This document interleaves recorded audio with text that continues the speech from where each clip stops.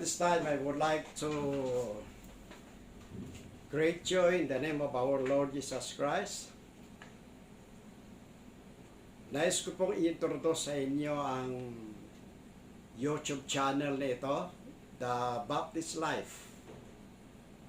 At ang concept natin dito ay kailangan magkaroon tayo ng tamang kaalaman upang tayo ay makaiwas sa kapahamakan. In English, we should have the right knowledge to stay away from distraction. I would like to introduce to you this YouTube channel kung saan dito marami tayong mapag-aralan.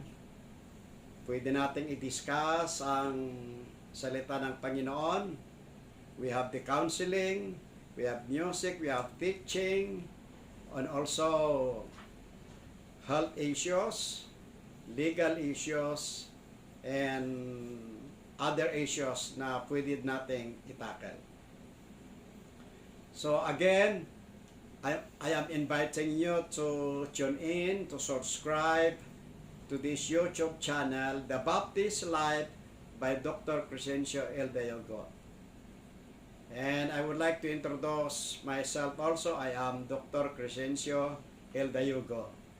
The purpose why we have created this channel or YouTube channel dahil gusto ko ring makatulong sa pamamagitan ng pagtuturo, sa pamamagitan ng pagbigay ng advice, sa pamamagitan ng pagbibigay ng kaalaman, and marami po tayong mapag-aralan dito.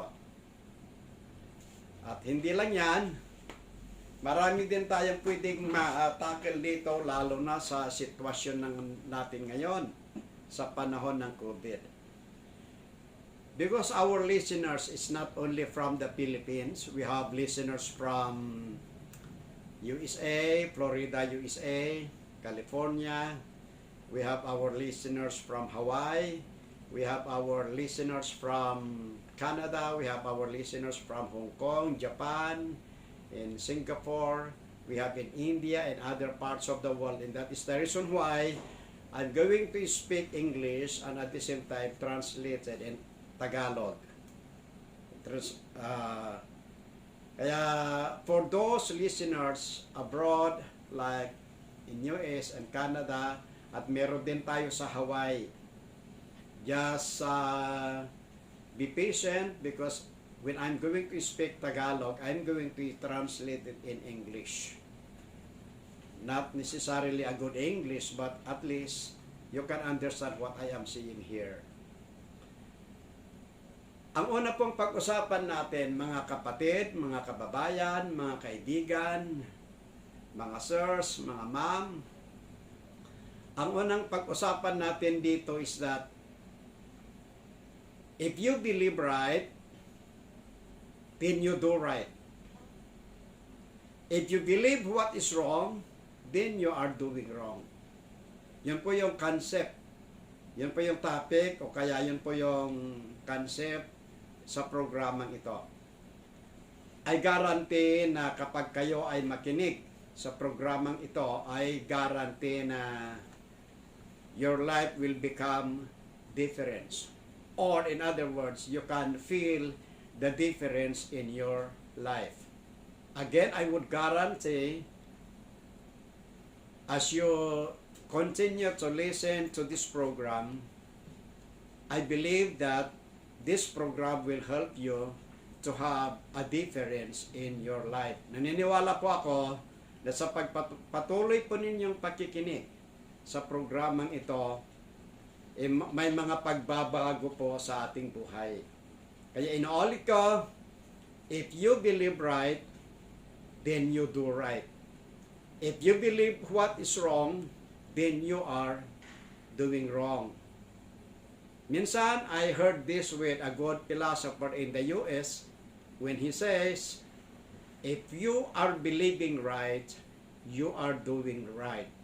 If you are believing wrong, you are doing wrong. And of course, that is true. Well, at this time, there are two reasons why people are doing wrong. Some were hopeless and some destroyed. May dalawang dahilan po kung bakit ang mga tao ay gumagawa ng mali at yung iba naman ay walang pag-asa at yung iba naman ay nasira ang buhay dahil sa maling paniniwala at mali ang concept. For example, minsan naririnig natin yung maling advice. Ang isang high school student na in love sa kapwa estudyante, pero stricto ang kanyang mga magulang. Dahil sa kanyang takot sa mga magulang, lumapit sa kanyang kaibigan at sabi, papaano to na in love ako, pero takot ako sa mga magulang ko. Ang sabi ng kaibigan, ang mahalaga, sundin mo ang tibok ng puso mo. Nagtanan sila. Anong nangyari? Nasira ang kanyang future. Nasira ang buhay.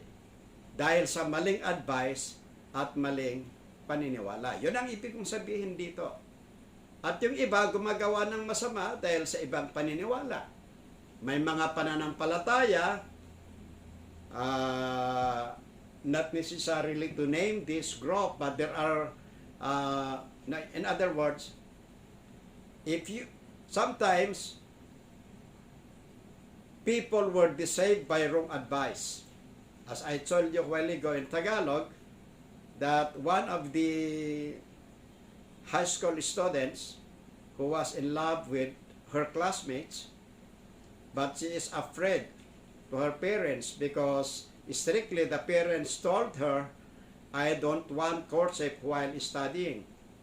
But the problem is she was in love. She approached her friend, her classmates, and the lady advised her that not important to follow the advice of your parents. The important, you will be happy. Follow your heart. So because of this, the future of this student was destroyed. Why? Because of wrong advice, because of wrong principles. Sa ngayon, maraming kabataan na nasisira na ang buhay dahil nga sa maling advice ng mga kaibigan. Halimbawa, si Vice Ganda, sabi niya sa kanyang post, kung may nagtatrabaho ka sa kumpanya at sinabi ng kumpanya na papasok ka, huwag niyong sundin. Kung hindi maganda ang feeling niyo, ang mahalaga yung kalusugan nyo. Maling advice yun. Ay siyempre, pag tinawag ka ng boss mo, sabihin mo ang totoo. Tanggalin yung salitang, huwag kang sumunod sa boss mo. Dahil hindi yon magandang concept, hindi yan magandang disiplina sa isang employee, kaya empleyado. Kung hindi maganda ang feeling mo, di sabihin mo, ganito ang nararamdaman ko. Something like that. And hindi lang yung not only the wrong advice, the reason why people are destroyed, but because of lack of knowledge.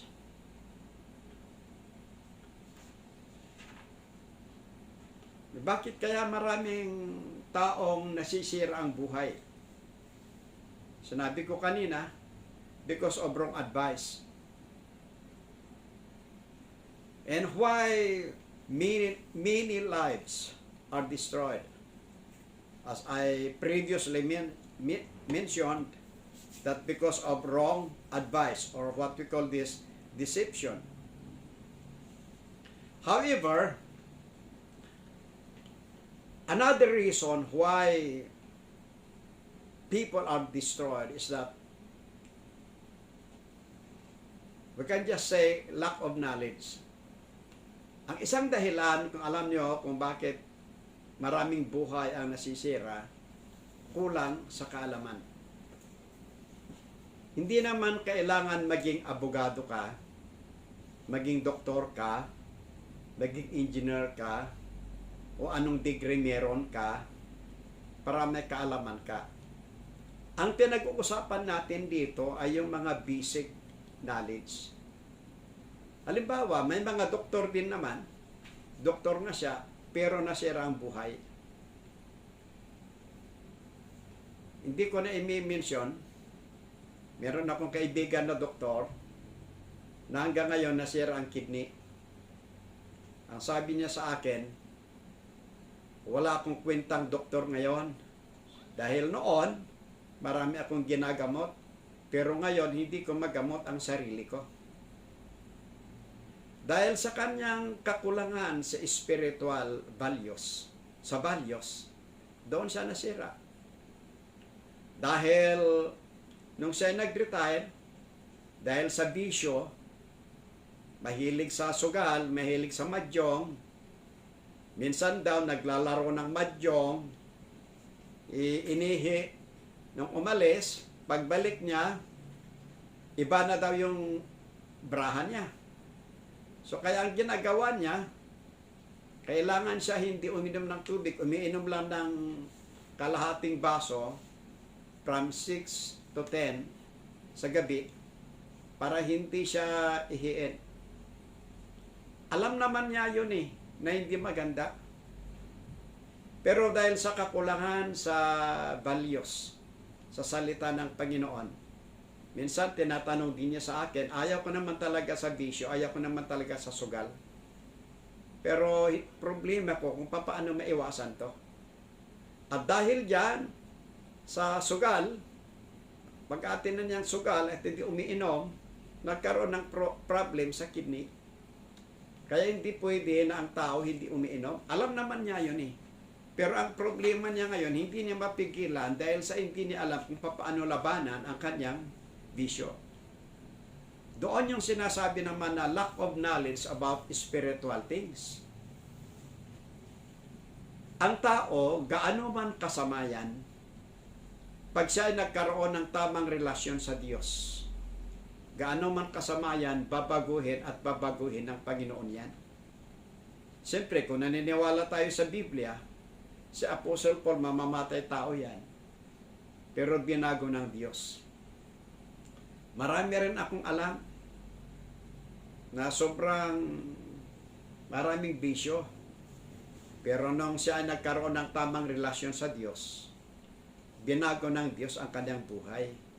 Kahit sino ka nga naman talaga, kung kulang yung kaalaman natin, hindi naman kailangan yung maging theologian ka, magkaroon ka lang ng basic knowledge kung paano ka magkaroon ng relasyon sa Diyos. At siyempre, kung nakinig ka sa mga nangangaral ng salita ng Diyos, ang pagkakaroon ng tamang relasyon sa Diyos ay simple lang. Magsisi ka lang sa kasalanan mo, tanggapin mo si Kristo bilang Panginoon at tagapagligtas mo, pinatawad ka niya, nagkaroon ka ng relasyon, at dahil dyan, dahil may relasyon ka sa Diyos, anak ka ng Diyos, at patuloy kang makinig ng katotohanan, babaguhin at babaguhin ng Diyos ang buhay mo. Yung hindi mo kayang gawin sa tulong ng Panginoon, mababago ang buhay mo. At saka, kung sa theology kasi, biblical issues ang pag-uusapan, kahit sa biblical philosophy, wala naman tayong kakayahan na baguhin ang ating buhay. Wala tayong kakayahan dyan. Kaya yung iba, sinusubukan na maging matino, pero hindi kaya. No, I'm talking about transformation of life. The truth is that we cannot change. We don't have the ability to change or transform our lives. Maybe you are a criminal. Maybe you are a drug addict.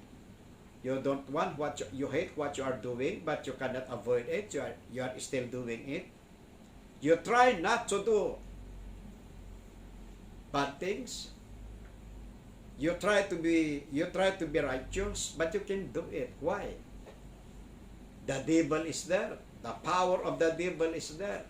We don't have the ability to stop the devil, and we don't have the ability to overcome the devil unless Jesus Christ living in us.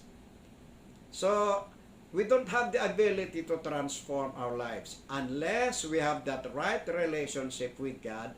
Then, that's the time that the Holy Spirit, the power of God, help us to overcome the devil. So in other words, not necessarily that you become a theologian for you to stay away from, the trick of the devil. The important is that you should have a right relationship with God. And to have a right relationship with God is not by virtue of religion or sect, not by virtue of the church. It's only by virtue of a personal relationship with Christ. Okay, as we continue, I said a while ago that the reason why people are destroyed because of wrong advice, or they were deceived with the wrong advice. Second is lack of knowledge. Third is because of the love for money. Minsan yun ang problem sa politika natin. I believe that the government was ordained and it was established by God. And the work of the government is to take revenge against iniquities. The work of the government should be work for equal justice. Maaring mayaman, powerful, o lahat tayo may kailangan, we deserve justice. Pero ano nangyayari ngayon? Maraming tumatakbo na maging politician, hindi sa paglilingkod, kundi dahil sa pera. Kasi hindi naman lahat, para hindi magalit ang nakikinig. May mga mayor na noon kawawa, ngayon milyonaryo, naging mayor na. May mga mayor naman na hanggang ngayon hindi pa yumayaman dahil naglilingkod sa Diyos. To be fair with those honest politician, hindi naman lahat. Pero yung iba ay yumayaman dahil sa korupsyon. Sa DOH, anong nangyayari ngayon? Sa ating PhilHealth, billion of medicines hindi na ibigay sa dapat mabigyan dahil sa korupsyon. Ito ay dahil sa pagmamahal sa pera. Kapag ang politician, mahal niya ang pera, wala siyang pakialam ano man ang nangyari sa mga tao. Kahit anong agency ng gobyerno, kagaya ng kaso-kaso ngayon sa anong tawag natin dito? Kagaya ng kaso sa DSWD. May kasabihan na may mga mahihirap na hindi nabibigyan. Kung sino pa ang may kaya, sila ang nakamember, tumatanggap. Ang nangyayari lahat ng mga ito dahil sa korupsyon. May mga tao rin na gustong pumatay ng tao kasi hired killer. Kaya nga dahil sa pagmamahal natin sa pera minsan, nagiging mali ang ating ginagawa. So yun po yung mga reasons kung bakit maraming buhay ang nasisira. Kaya friends, abroad and in the Philippines, ang kailangan natin, what we need is right knowledge. Technically, many lives are destroyed and became hopeless for lack of knowledge. Kaya i-discuss, balikan nga natin, i-emphasize nga natin ito bago natin balikan yung love of money na yan. Ito po ay hindi preaching. This is, ito po ay like teaching, counseling. Technically, many lives are destroyed and became hopeless for lack of knowledge. Yun nga, sinasabi ko na maraming buhay ang nasira sa kaalaman ng basic knowledge. Kagaya yung sabi ko kanina, hindi naman kailangan maging abogado ka, maging lawyer ka, maging doktor ka, maging engineer ka. Ang pinag-uusapan natin dito yung mga basic knowledge na kailangan dapat alamin natin. May mga abogado naman na sira din ang buhay. Magaling sa batas, pagdating naman ng health, walang alam. Magaling sa batas, pagdating naman sa salita ng Diyos, wala ring alam. Maraming nangangaral din, mga pastors, na nasira ang buhay.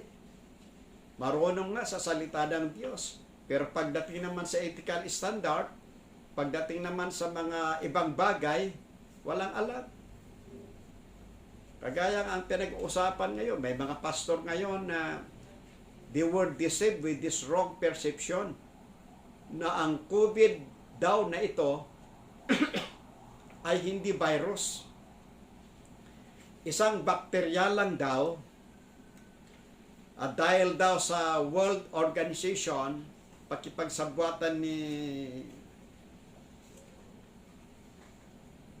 pakikipagsabuatan sa China at si Bill Gates at si President Rodrigo daw at si Duque ay nakipagsabuatan din. Kaya sinasabi nila na delikado ang COVID. Pero sa totoo daw ang COVID na ito ay hindi virus, isang bakterya lang. Nakakalungkot na maraming mga kapastoran na walang kaalam-alam kasi sa bagay na ito. Kaya nga palagi kong sinasabi, kung hindi ka doktor, huwag kang magsasalita tungkol sa bagay na yan. Mangarap ka na lang ng salita ng Panginoon. Hindi naman ganun katanga ang mga doctors natin. Marami naman tayong mga Baptist na doktor. Marami naman tayong mga Christian na doctors both in America, Canada, and in the Philippines.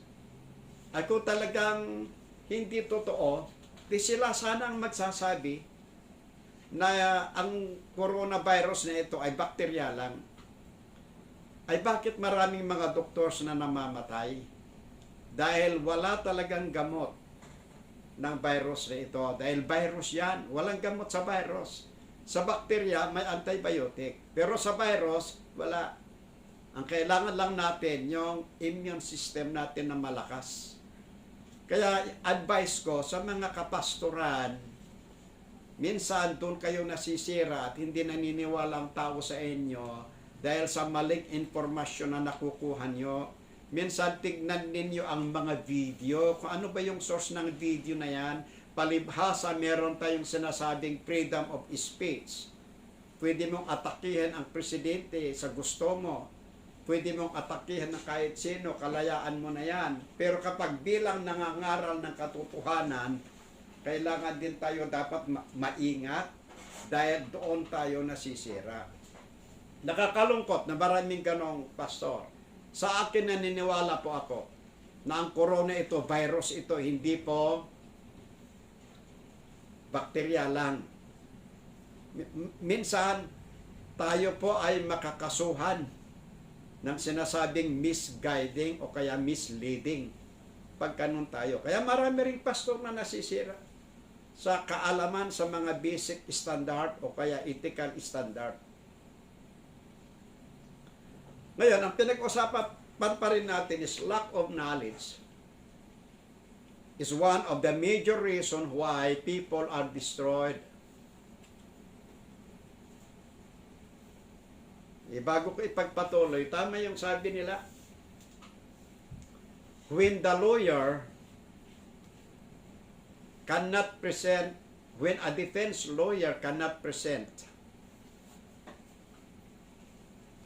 enough verdicts or evidences, he will lose the case and his client will go to jail. Kapag ang abogado ay nagkamali sa presentation at hindi siya nakapagbigay ng tamang ebidensya sa kanyang inosenteng kliyente, yung kliyente na yan ay pupunta sa jail. Kapag ang doktor naman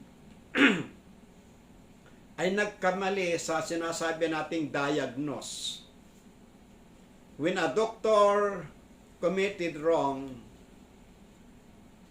in his diagnose, then of course, next is that he is going to prescribe wrong medicine. Because of wrong diagnose, the result would be wrong prescription. What will happen to the patient? The patient will die. Kapag ang doktor ay nagkamali sa pagdadiagnose sa sakit ng tao, may pasyente, natural lang susunod dyan, mali din yung ibibigay niyang gamot. Anong mangyari sa pasyente? Mamamatay. If a counselor gave wrong advice to the counselee, the result would be deception o kaya distraction. Ikakasira ng buhay o kaya gagawin ng isang tao. Kapag ang nangangaral naman sa salita ng Diyos, if the teacher of the Word of God teaches wrong doctrine, the soul will go to hell. Ang nangangaral naman sa salita ng Panginoon, mali yung tinuturo, ang tao pupunta sa impyerno. Kaya tama pa rin. Kaya yung lack of knowledge, the result would be our destruction. Kaya kailangan pa rin yung mga, hindi na kailangan yung sobrang lalim. Kasi hindi naman kailangan maging doktor ka. May mga doktor naman na pwedeng mag-advise sa iyo. Not necessarily that you become a medical doctor, because we have good doctors whom we can get advices.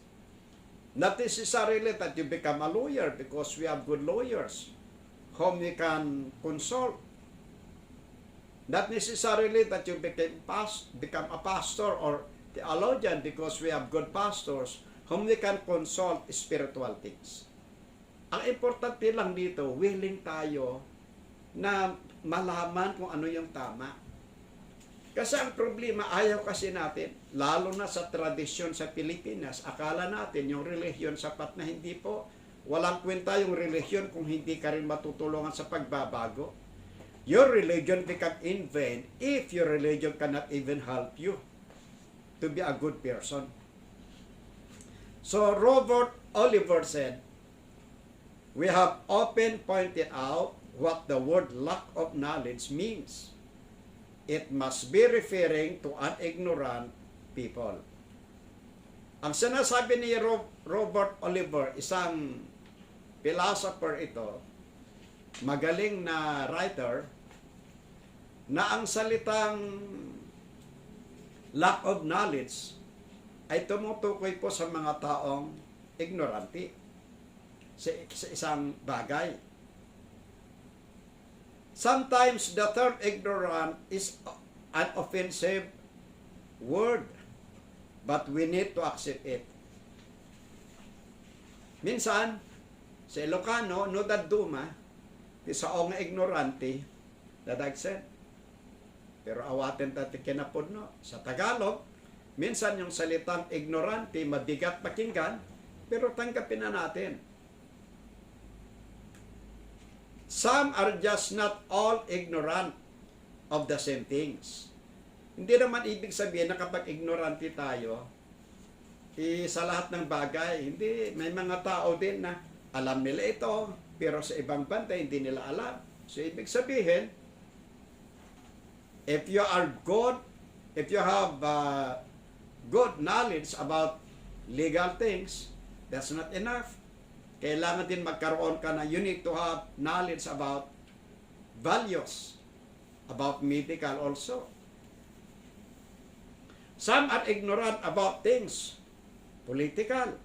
Some are ignorant about things concerning physical health. Some are ignorant about things financial. Some are ignorant about things spiritual.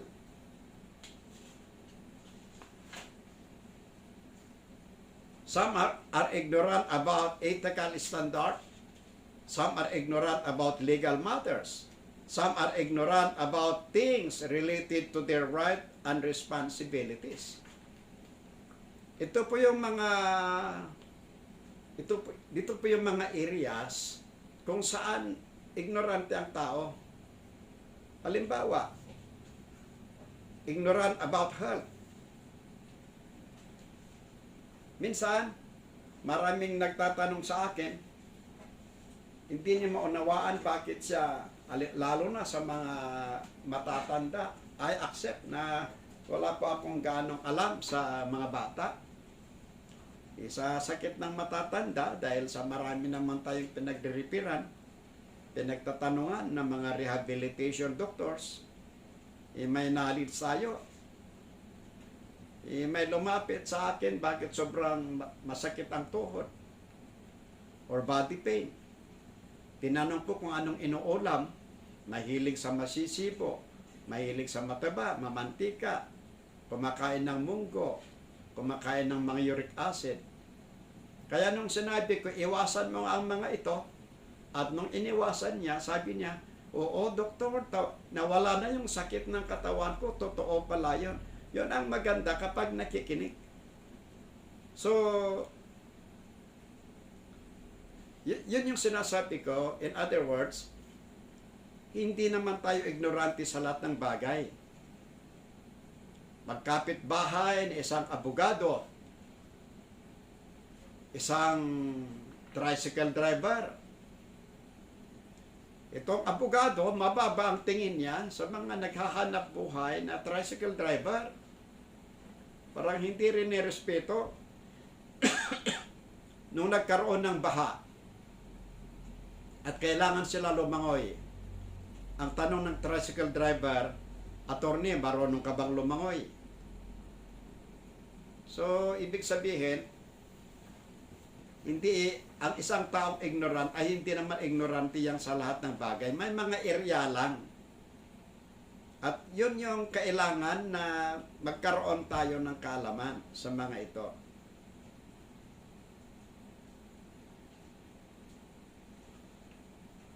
Kaya minsan, ang sakit ay maraming pinanggagalingan yan. Isa sa pinanggagalingan ng sakit natin ay sa kinakain natin. Pag hindi tayo conscious sa ating kinakain. Kaya nga may tanong, anong mas magandang concept? Eat in order to live or live in order to eat?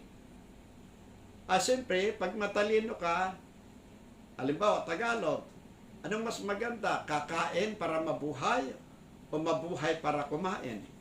Simple lang yun. Siyempre, kakain ka para mabuhay ka. So, even in eating, may prinsipyo yan. Minsan, ang kalabasa, ang ampalaya, mapait. Ampalaya, mapait ito. Pero magandang epekto sa katawan. Pero kung panay litson, panay Jollibee, panay masibo, ang kinakain mo, ano mangyayari sa iyo? Kaya, some are ignorant about things financial. May mga tao na hindi rin marunong mag-budget. Kaya nga sinasabi ng mga economists, kung ano yung importante, yun lang ang bibilhin mo. Bago ka daw pupunta sa department store, iplano mo na, ilista mo kung anong bibilhin mo. Yung iba kasi, walang plano. Pag napunta sa department store, kung anong nakita niya, bibilhin niya. Hindi niya namalayan, mas marami na yung nabili niya kaysa yung budget niya. Kaya doon tayo nagkakaproblema. Some are ignorant about spiritual things. Ito na yung sinasabi ko. Kahit gaano ka kagaling nga, kung wala kang alam sa salita ng Panginoon, kahit konti lang, ay doon tayo nasisira.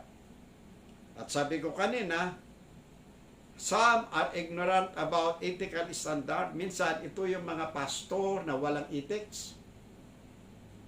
Kaya, ang pangit tignan, mga pastor, nag-aaway sa FB, inaatake ang kapwa pastor sa FB, Meron pa akong post na nagsasabi,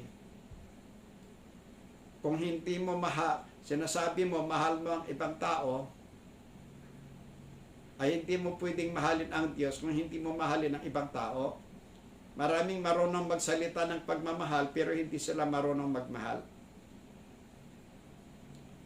Some are ignorant about legal matters. Minsan din, pag wala kang alam sa legal matters, magpa-advise ka sa mga lawyers. Huwag kang gagawa ng hakbang na hindi mo alam dahil doon ka mapapahamak. Kagaya ng isang pastor na nag-advise kung saan niya narinig. Bago maging Kristiyano yung member, dati silang may asawa, may kanya-kanyang asawa.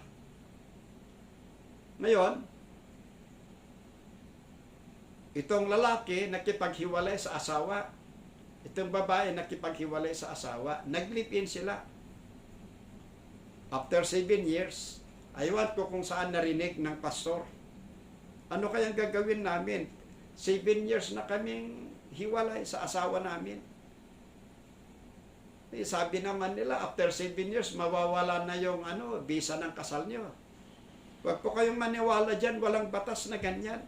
Hanggat hindi na-annul ang kasal, hindi mawawala yung visa. Nandyan naman sa ating family code. Kaya huwag tayong mag-a-advise ng legal matters kung hindi natin alam. Mag-consult tayo sa mga nakakaalam para hindi tayo mapahamak. Yung iba naman, some are ignorant about things related to their right and responsibilities.